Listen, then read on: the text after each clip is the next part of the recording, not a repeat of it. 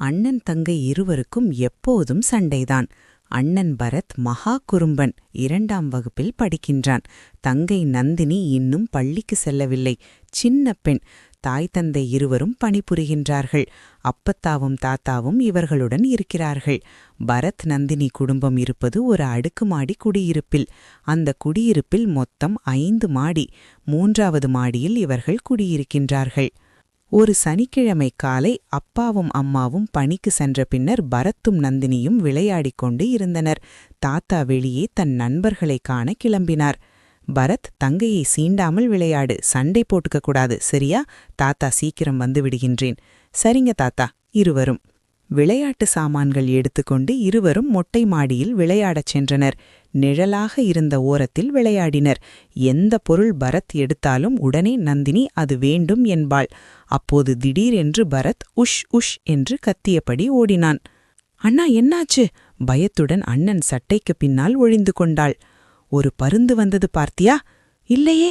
பெரிய பருந்து. அச்சோ, அப்புறம் ஏன் விரட்டி கொண்டு ஓடினீர்கள்? அழக்கூடாது, சரியா? அந்த பருந்து உன் மூக்கை கடிச்சு எடுத்துக்கொண்டு போய்விட்டது. அதுதான் துரத்தி கொண்டு சென்றேன். அதற்குள் பறந்தே போய்விட்டது. இவன் சொல்லி முடிப்பதற்குள் நந்தினி அழ ஆரம்பித்து விட்டாள். அம்மா, என் மூக்கு, என் மூக்கு என்று அழுதபடி படிக்கட்டுகளில் இறங்கி தன் வீட்டிற்குச் சென்றாள். அவள் விட்ட சத்தத்திற்கு அந்த கட்டிடத்தில் உள்ள அனைவருமே பயந்துவிட்டனர்.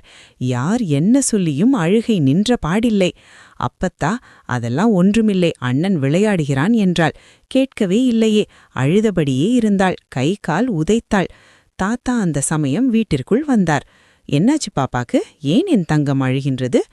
தன் அழுகையை நிறுத்தி, தாத்தா, நானும் அண்ணனும் விளையாடிக் கொண்டு இருந்தோம். ஒரு பெரிய பருந்து கருப்பு நிறத்தில் வந்தது. என் மூக்கை... மீண்டும் அழுகை. அழாமல் சொன்னால்தானே புரியும். என் மூக்கை கடிச்சு எடுத்துக்கொண்டு போய்விட்டது.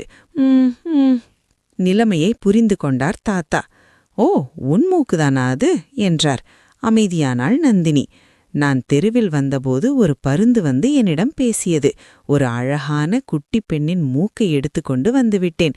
பாவம், அவள் நல்ல பெண், சமத்து பெண் என்று சொல்லிவிட்டு மூக்கை என்னிடம் கொடுத்துவிட்டு பறந்து சென்றது.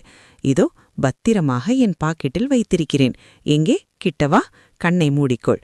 பாக்கெட்டிலிருந்து ஏதோ எடுப்பது போல் பாவனை செய்து அவள் முகத்தில் அழுத்தினார். ஆஹா, மூக்கு ஒட்டியாச்சே, போய் கண்ணாடியில் பார். நந்தினி கண்ணாடியை நோக்கி ஓடினாள். படவா, குழந்தையை ஏன் இப்படி ஏமாற்றுகிறாய் என்று செல்லமாக பரத் கன்னத்தை கிள்ளினார் தாத்தா.